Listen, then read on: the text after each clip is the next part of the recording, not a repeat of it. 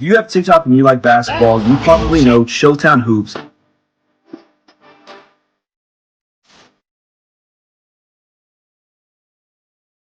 Good morning, ladies and gentlemen, boys and girls. Welcome to Chilltown Hoops. I'm your host, Jermaine. The youngsters call me OG. My friends call me J Dub. Let's get to it.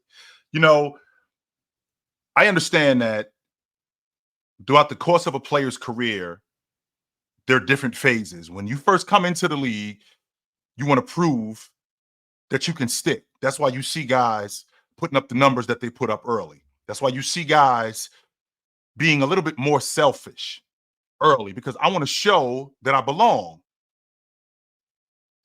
Then as time goes on, they start to realize that, okay, I've done 3, 4 years, 5 years, I've done that, and I've led the league in scoring, or I've led the league in rebounding, and I've made the all-star team, and I've been an all-pro.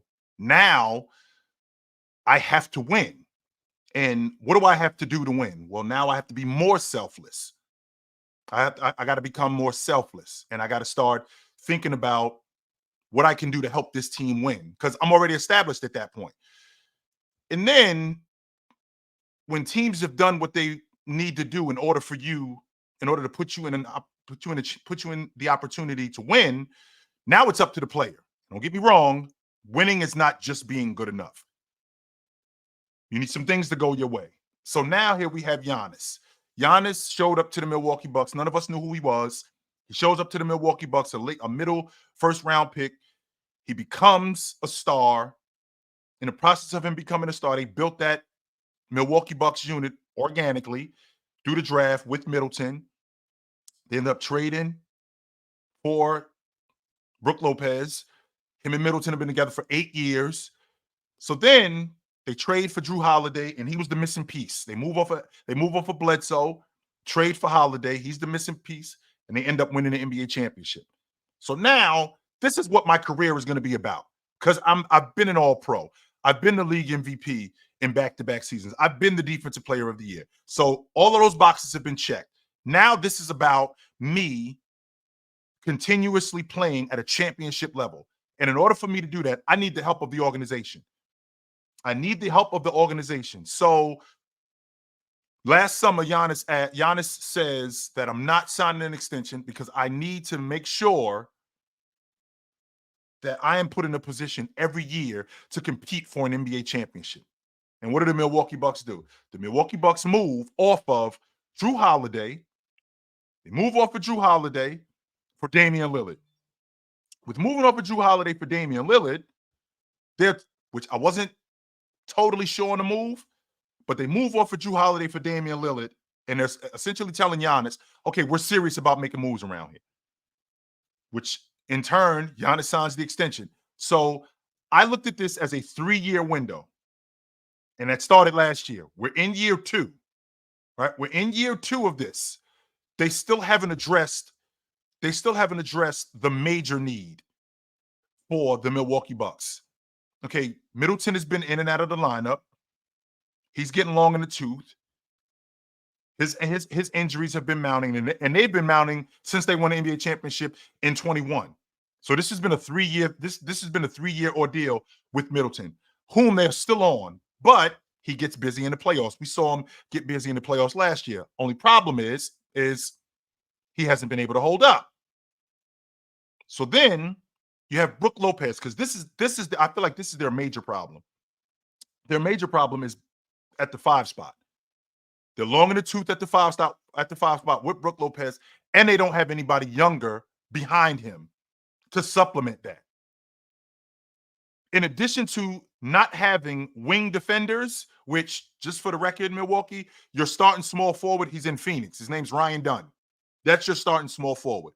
And I understand that nobody expected him to shoot 40% on the long ball coming into the NBA, considering what he had done in college. Because he wasn't much of a shooter in college, and I didn't expect him to come into the NBA and be that much of a shooter. What I did expect him to do, which is what he's doing in Phoenix, is to be one of the better young defenders in the game. 100% I did expect that, which is what you needed. And you didn't supplement that because Damian Lillard is deficient as a defender. And in order to be a championship level team, in order to be a championship team, not a championship level team, but in order to be a championship team, you got to guard. You have to guard. And I'm not saying that you have to be Drew Holiday, but you need people to protect your guys who are deficient. Prime example would be in 22 with the Golden State Warriors. Steph Curry isn't much of a defender, but he will compete on the defensive end. But then you have Draymond, and then you have Wiggins, Andrew Wiggins, to protect him. Well, you got Giannis. Giannis isn't on the perimeter, though. Who's on the perimeter to protect Damian Lillard? Because I can tell you who it's not. It's not Gary Trent. It's not Taurean Prince. If I look at the Milwaukee Bucks, they're one of the worst long ball. They're one of the worst teams in the league guarding at the long ball line. One of the worst. So Giannis is asking to see if these guys are serious. Well, they signed Damian Lillard, and they show that they are serious about making moves. And then we go the other way. And his team shouldn't be this bad, especially considering Giannis is having another MVP season. And Damian Lillard has been awesome offensively. I already know who he is as a defender. He's been deficient. He looks like he's competing more on the defensive end. He's fighting around screens. He's closing out better. However, is that going to be enough in order for them to win? No, it's not, off the strength that they don't have anybody to protect Damian Lillard. So now there's grumblings about Giannis's preferred destinations, which is what I have a problem with, because I'm not a big fan of this speculation thing. I saw Giannis, again, in the summer of 23. I saw Giannis in the summer of 23 say he wasn't signing an extension. And rightfully so. If Giannis wanted out, Giannis would say he wants out.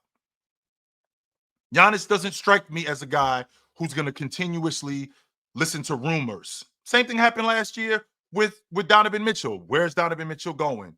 Donovan Mitchell never asked out of Cleveland. In fact, not only did he not ask out of Cleveland, he signed an extension, and that was largely due to the friction between him and JB Bickerstaff, and JB Bickerstaff being gone. Even though I think JB Bickerstaff is a damn good coach, I think the friction between him and JB Bickerstaff being gone, I think that propelled Donovan Mitchell to sign a contract extension. But all the speculation of where he's going to go, he never said he wanted out. Never said he wanted out at all. Giannis has not said he wants out. And until I hear Giannis say he wants out, I'm not listening to any of this. Well, his preferred destination is Brooklyn. His preferred destination is Miami. Is it really? So if I don't think that you wake up and just decide that I want to play in Brooklyn. I don't think that you just wake up and decide that I want to play in Miami. This is something that's been brewing for quite some time. And if that's true, what is he still doing in Milwaukee? Why is he still in Milwaukee? If this is something that's already been on his mind, why not just put it out there? And you know what? This just isn't working in Milwaukee. You guys aren't serious. I thought you guys were, but you're not. Why didn't he ask out already? The reason why he didn't ask out already is because he's not interested in that. I think we're in year 2 of this championship. I think we're in year 2 of this 3-year championship window. When you got a guy like Giannis Antetokounmpo, who is arguably the best player in the league. There's some people who think Giannis is the best player in the league. I personally think it's Joker, but there are some people who think that Giannis is the best player in the league. When you have a guy that's that good, you have to give them a chance, and you have to give him a chance. And as of right now, this thing just isn't working. Again, they're one of the worst. They're one of the worst teams in the league guarding the long ball line. Their perimeter defense is not very good. They're long in the tooth at the 5 spot. They don't have a backup. They got one of the best, if not the best, transition player in the game in Giannis. Yet they're at the bottom of the league in transition points. This team, there are things that have to change, and that's coaching. And Doc Rivers 100% has some work to do. He 100% has some work to do. And until they figure this thing out, it's going to be slow going for them. But I think that they're going to figure it out. Speaking of figuring something out, I'm trying to figure out how the Dallas Mavericks are winning games. I was trying to figure out, because I look at the landscape of the Mavericks, right? I look at the landscape of the Dallas Mavericks and I'm thinking to myself, how are these guys winning games? Right? They They got an average offense. They play with one of the 5 slowest paces in the league. Luka is shooting again under 40% from the floor. He's shooting under 30% on the long ball. His shot selection has been iffy. How are these guys winning games? Well, one of the main reasons why they're winning games is because they're in the top 5 in the league in defense. Their defense has been their calling card. They're number 1 in the league in steals, which now in turn turns into offense, transition offense in particular, which is why they're one of the better transition offensive teams in the game. Najee Marshall, I thought he'd be more of a 3 guy because I already knew he was a D and 3 guy, but I thought he'd be more of a 3 guy, and it's just not working how I thought it would. But it's still early, and we're only 6 games into the season. The season started 2 weeks ago tomorrow, 2 weeks ago. So I still think that it's early, and I think that there's some time that they still have in order for them to turn their offense around. And I think Luka will turn his offense around. I do. Luka's shot selection has always been what it is. I think he's the best scorer in the game. I don't think that there's a guy who scores easier than Luka. Luka's ability to get downhill, Luka's ability to finish at the rim. I don't think that there's a guy who does that easier than Luka. That's why I think he's the best scorer in the game. With that being said, he hasn't been able to get to what he's been able to get to on a consistent basis. He hasn't been able to get to that. And because he hasn't been able to get to that, his shot selection has been tricky. So because his shot selection has been tricky, that would explain why he's been as inefficient as he's been. So I think he's going to turn this around. Kyrie Irving has been fantastic. I think Kyrie Irving is 49, 59, 85. And when you're shooting those kind of splits, you're going to do well. You're 100% going to do well. Klay Thompson, 85% of the shots that he's gotten have been open. That's impressive. But it goes back to what I just said about them. It goes back to what I just said about them not being able to shoot the long ball as well. Klay Thompson is shooting under 40% at the long ball line. Not well under 40%, but under 40% at the long ball line, which has been his calling card.